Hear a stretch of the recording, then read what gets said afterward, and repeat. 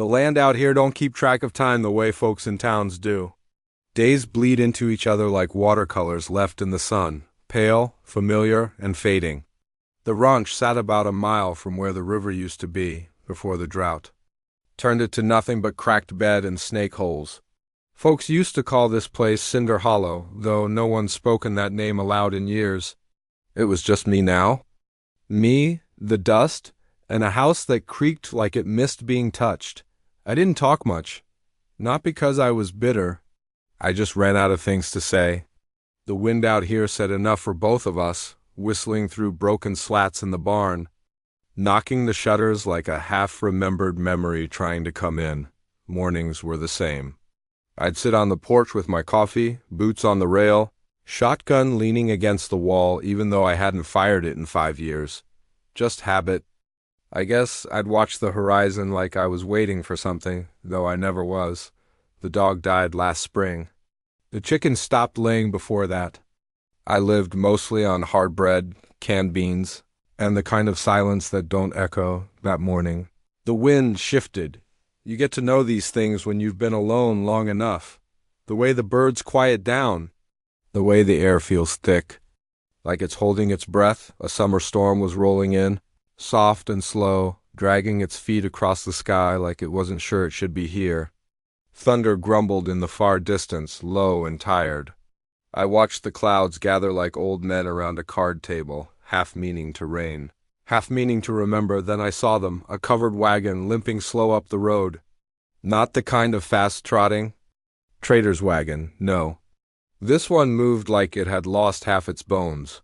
The canvas was torn near the edge, flapping like a flag in surrender. The mule pulling it looked near dead.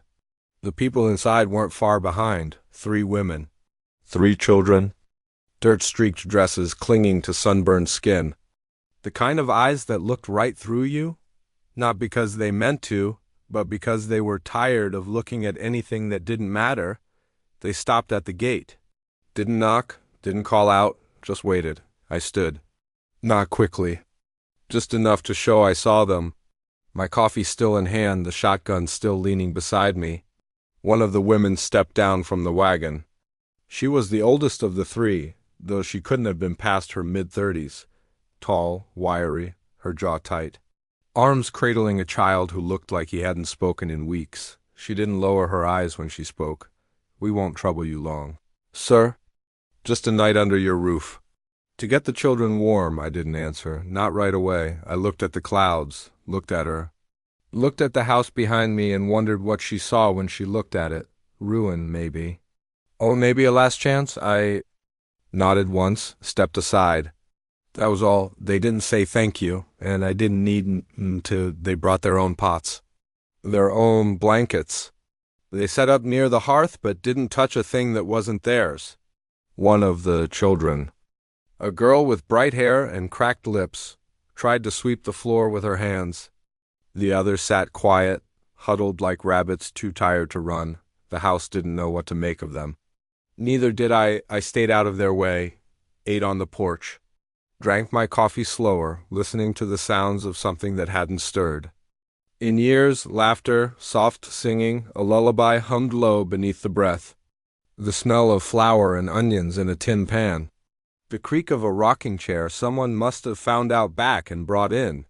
That night I couldn't sleep, not because of noise, but because of what I didn't hear. No crying, no fear, just the sound of breathing, soft, steady, like the house itself was calming down after a long fever.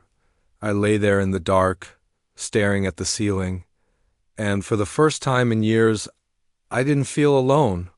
I didn't feel anything I could name. Just something warm cracking through the boards of my ribs. Not painful, just familiar. They didn't tell me their names. I didn't ask. It felt wrong somehow, like picking wildflowers before they bloomed. Whatever they were running from, they weren't ready to speak it.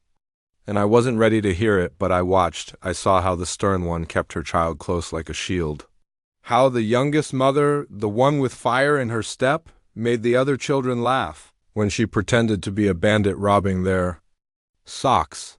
How the quiet one spent hours just watching the rain slide down the window, holding her infant as if it were the only thing keeping her tethered to earth. I didn't ask questions. I just mended a broken chair, left a jar of honey on the table, fixed the back door hinge they hadn't yet noticed was loose, and when the wind howled later that night, and the old house creaked like it might come apart, I stood at the foot of the porch and whispered to it, real low, "You're not alone anymore." Didn't matter if the wind heard me. I did, asterisk, asterisk. Time stretched different when you had company, not faster, not slower, just warmer, like the house was exhaling for the first time in years. One night turned to two, two turned to a week, and before I knew it, the pump was fixed, eggs started showing up in the chicken coop again, and someone had swept the porch clean of leaves. I didn't ask who did what. I just noticed the quiet changes. The first one I started to understand was the stern woman. She moved like someone who didn't trust stillness. Every motion of hers was clipped and certain, drawing water, braiding her son's hair tight, wrapping his wrists in cloth like she was teaching him how to survive the world's weight. The boy never smiled, not once, but he watched her with a kind of wide-eyed reverence, like her shadow alone could keep him safe. I saw them once at sunrise behind the barn, she with a slingshot in one hand and a tin can on a fence post. Her arm steady, her voice steady. When the rock hit dead center, she didn't cheer, just nodded to the boy. "Again," she said. And he did. She never mentioned her husband, never looked east, never let her guard fall. But she let her son sit by my side one evening while I carved a little horse from old pine, and she didn't pull him away. That was something, the quiet one. She was softer than the others, but not weak. Her eyes followed the clouds more than faces. She wore sadness like a second skin, not fresh, not bleeding, just settled. Worn in, her baby girl barely left her arms, and when she did, she'd cry until her mama scooped her right back into the crook of her body like a missing piece. She hummed more than she spoke. Old tunes I half remembered from long ago, back when women used to hang laundry and sing into the wind like it might carry their hope farther.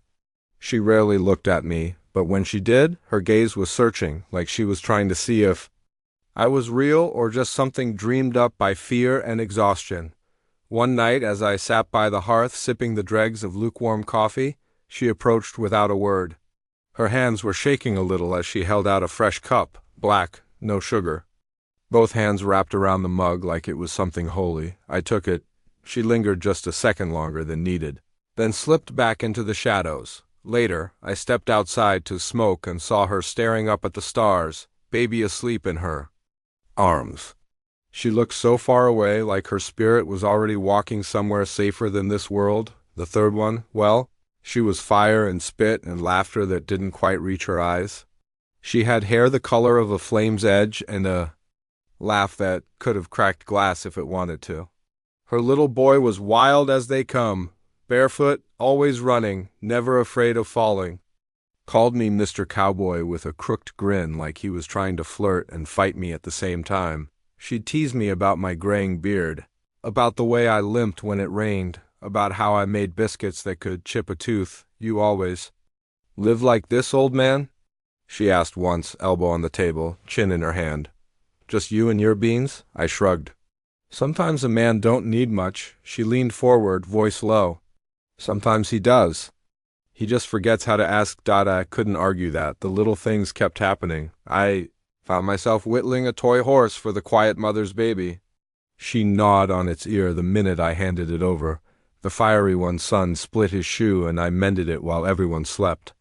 Left it outside their door with a note that just said, "Try not to chase the chickens tomorrow." The stern woman's boy handed me a knot of wildflowers one evening. Didn't say a word, just looked at me like he wanted to know if I'd earned it. I hadn't, not yet. But I kept the flowers on the table. The baby girl, she reached out for me one morning, her tiny hand curling around my thumb like she'd been waiting for it her whole short life. And I didn't pull away. That night, I walked up the ridge. I hadn't done that in years. Her grave was still there, small, marked with a cross I carved when my hands were young.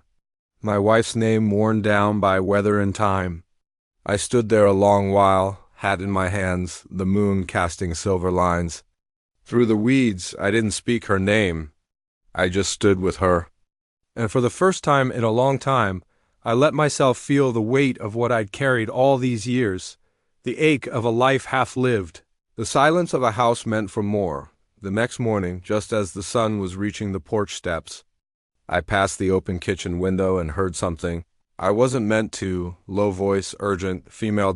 We can't stay here forever. He'll find us. He always does. Another voice, steadier, maybe the stern one. Not if we're careful. Not if we move again soon. I froze. The spoon in my hand trembling just slightly. So they were running. From who? From what? I didn't know. But I felt it in the way their shoulders tensed when a hawk flew too close. In the way they never sat with their backs to the window. In the way the quiet one sometimes flinched when thunder cracked, even far off. The house was full again. Full.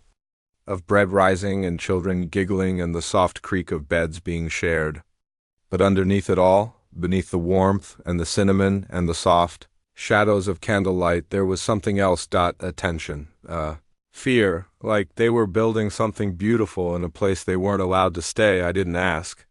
Not yet, but I tightened the nails in the fence gate that evening, sharpened my old knife, checked the lock on the barn, because I knew the look of a hunted animal, and I'd be damned if something came howling out of the past to take it all away. The night they told me the truth, the wind was low and warm, humming through the cottonwoods like it didn't want to wake the children. The fire had burned down to coals, and the stars blinked overhead like they, too, were listening. She sat beside me without a word, the tall, stern one. Her hands were wrapped around a tin cup, not for warmth, but maybe to feel something steady. Her boy was asleep in the loft, breathing soft and even. She didn't ask if I wanted to hear it. She just started, said they met him in Missouri. Preacher on horseback, traveling with a few wagons and a silver tongue, promised food, protection, holy fellowship, said all the right things with a smile so wide you could fall in and drown. At first, it was true. He fed them, rode beside them, called the children God's lambs, but then came the rules, the curfews, the punishments. The ones who disobeyed were beaten. The ones who cried too loud disappeared. She paused, then, her voice catching just slightly. We found out he wasn't trading goods, she said. He was trading us, promising wives to men out west. Said women were easier to manage than cattle. Called it a ministry. A righteous order. She met the quiet one on the road. The fiery one after a beating. They didn't plan their escape, just waited for a moment. When he was drunk and cruel and stupid enough to fall asleep near the fire, they ran through the dark. With nothing but a mule and what they could carry, she didn't cry when she told me. Didn't flinch. Just stared out at the field and let the silence fill the space between her words. I didn't speak either, just stood. Nodded once, then I walked to the barn. That night, for the first time in 7 years, I unlatched the gun case nailed into the loft's rafters.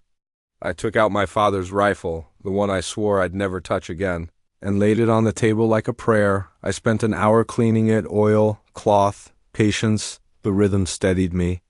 Not out of rage, not out of pride, just because I knew what had to be done if that man ever found his way here, and I had the sudden, quiet certainty that he would.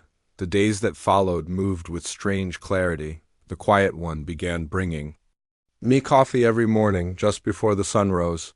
She didn't speak, just placed the cup near my hand and lingered for a second longer than before.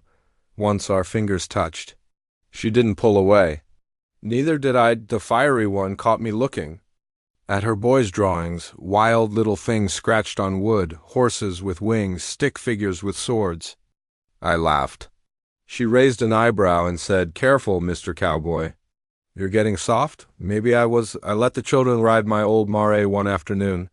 First the boy, then the others, squealing and clinging to the saddle like the wind might carry them away. The mare, bless her, walked slow and careful, same way she once did with my little girl. That ache came back again, not sharp but real. Not memory. Something closer to hope, but the land doesn't stay soft for long. I found the first sign 2 miles down, a broken branch on the east trail, clean and recent. Not from wind. Then came the horseshoe. Odd shape, heavy, not from around here, one. Night, I heard something move past the corral, not fast. Not near, just enough to let me know we weren't alone. I didn't tell the women. Instead, I fixed the latch on the root cellar, sharpened every tool in the shed, filled extra water skins, and made sure the barn door groaned loud enough to wake me if it opened. The fear wasn't hot in my chest. It was cold, focused. I hadn't fought in years, but I hadn't forgotten how to stand between danger and what mattered. That night I sat by the hearth, the firelight low, the quiet mother beside me. She was rocking the baby with one arm, the other resting on her lap. We didn't say anything for a long time, then she reached out, her fingers brushing mine, resting there like a whisper. "You don't have to protect us," she said. Her voice trembled. But not from weakness. I looked at her. Saw her clearly, the hurt, the courage, the way she'd carried herself across miles of cruelty and never once asked to be saved. "I already do," I said. Her eyes met mine, not shy, not hopeful, just steady. Like maybe she'd been waiting for someone to say that. We stayed there for a long while, listening to the fire crackle and the baby breathe. The next morning the sky was the color of ash, pale and waiting. As I saddled the mare, I felt it before.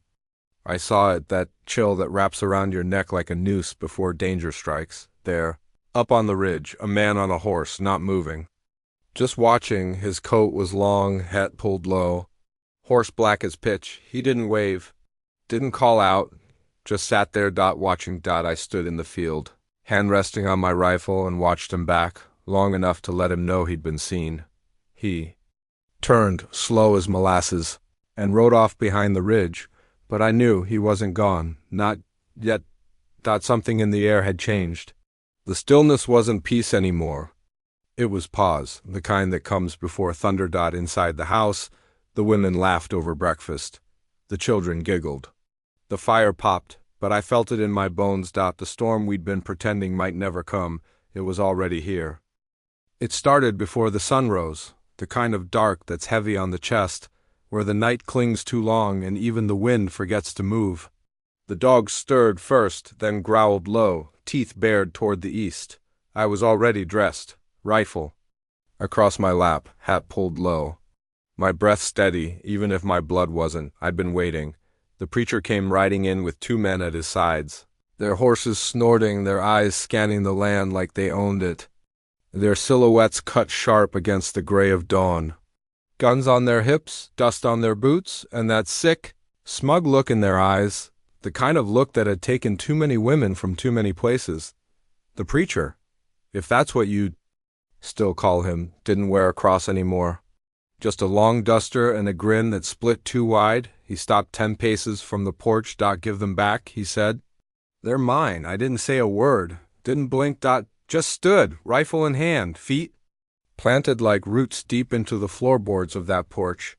My heart didn't race. My hands didn't shake. There wasn't room for fear when something greater had taken its place. Belonging. Behind me. The door creaked open. I heard boots on wood, slow and sure. Then a voice, clear and defiant. "You'll have to go through him." It was the quiet one. Baby in her arms, eyes unblinking. Beside her came the fiery one, stepping up like flame itself. "You want us?" she said, chin lifted. "You'll have to drag our bones back." Then the last of them, the stern one, emerged from the shadows, pistol raised steady as sunrise. "You die here, preacher," she said cold. "That's the only way this ends." For a moment time hung still, like the earth itself had paused to listen. The preacher spat, raised his hand, laughed. "That's cute," he said. "You think this changes anything?" Then he clicked his fingers. One of his men moved to draw, fast, but I was faster. I fired once, a warning shot. The sound cracked like thunder through the quiet. It hit the post 2 inches from the man's head. He froze. The preacher's grin faltered. Then came the chaos. From the side of the house, the old mare burst forward, charging down like she'd heard every word and took it personal. The preacher's horse spooked, and he tumbled hard into the dirt. Dust flew. Screams echoed. The men drew again, but the women were already in position. The stern one's shot went clean through a man's hat. The fiery one slammed the back door shut and jammed the latch, locking the children inside where they'd be safe. The preacher scrambled, coughing, reaching for his gun, but I was already on him, boot pressing to his chest. Rifle aimed between his eyes. He looked up, sneering, wounded pride leaking from every pore. Go on then, he hissed. Do it, but I didn't fire. I leaned close. Close enough to see the fear, to smell the cowardice under the dust. You break things, I said, because no one ever made you feel worth keeping. But these women, they're stronger than you'll ever be. They'd built something here, something you couldn't understand if you had 100 years. And you're done, he tried to speak again, but I shoved the butt of the rifle against his gut and tied his wrists with my old horse rope. No more preaching for you, I said. Then I rode him out myself. Half a mile up the mesa, I left him there, stripped of his weapons, tied to a broken post, looking out over the edge like a man who finally saw what empty truly meant. He begged then, voice small, hollow. I didn't answer. Just rode back with the morning sun behind me, back at the ranch.